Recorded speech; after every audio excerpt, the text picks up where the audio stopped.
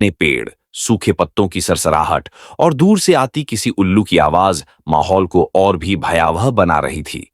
जैसे ही विक्रम बेताल को पकड़ने के लिए पेड़ पर चढ़े, बेताल ने अपनी कुटिल हंसी के साथ कहा, राजा विक्रम, मुझे पकड़ने का हौसला तो तुमने कर लिया, लेकिन मेरी यह कहानी सुनकर अगर तुमने उत्तर दिया तो मैं उड़ जाऊंगा, और अगर उत्तर गलत हुआ तो तुम्हारी जान को खतरा होगा।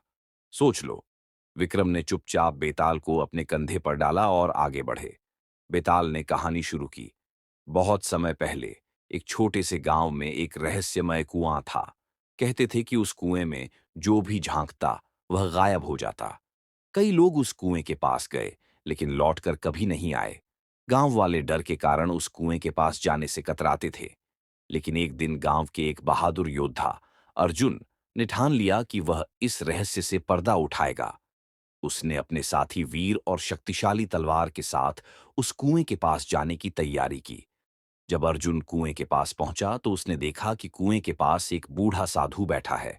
साधु ने उसे रोका और कहा, पुत्र, यह कुआं श्रापित है, यहां ना जाना। जो इसमें झांकता है वह वापस नहीं लौटता।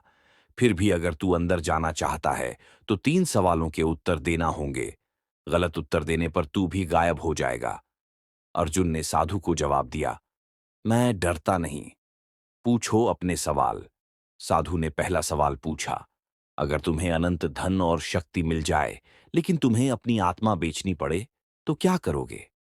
अर्जुन ने जवाब दिया, नहीं, मेरी आत्मा ही मेरी सबसे बड़ी शक्ति है।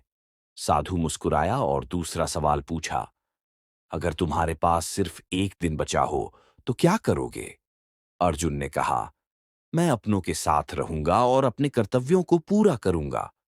साधु ने तीसरा सवाल पूछा, अगर तुम्हें अपने जीवन के सबसे गहरे डर का सामना करना पड़े, तो क्या करोगे? अर्जुन ने दृढ़ता से कहा, मैं उसका सामना करूंगा, चाहे मुझे मरना ही क्यों न पड़े। साधु संतुष्ट हुआ और कहा, ठीक है, अब तुम कुएं के अंदर जा सकते हो। अर्जुन ने साहस दिखाया और कुएं के अंदर छलांग लगा दी। जैसे ही वह अंदर गया, एक तेज रोशनी हुई और वह एक अजीब सी जगह पर पहुंच गया।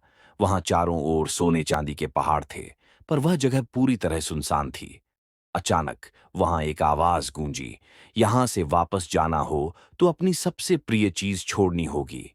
विक्रम, अर्जुन ने क्या छोड़ा होगा? विक्रमादित्य ने सोचा, लेकिन चुप रहे। बेताल ने अपनी कहानी खत्म की और कहा, राजा, अगर तुमने सही उत्तर दिया तो तुम जीतोगे, लेकिन अगर तुम गलत बोले तो जान गंवाओगे। अब बताओ, अर्जुन ने क्या छोड़ा? विक्रम मुस्कुराए और बोले, बेताल, अर्जुन ने अपनी इच्छाएं छोड़ी। उसने लालच, भय और मोह को त्यागा। यही सबसे प्रिय चीजें थीं जो इंसान को बांध कर रखती हैं। बेताल ठहाका लगाकर बोला, सही कहा राजा, पर तुमने उत्तर दे दिया, अब मैं उड़ चला।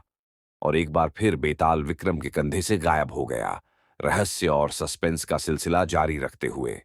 समाप्त।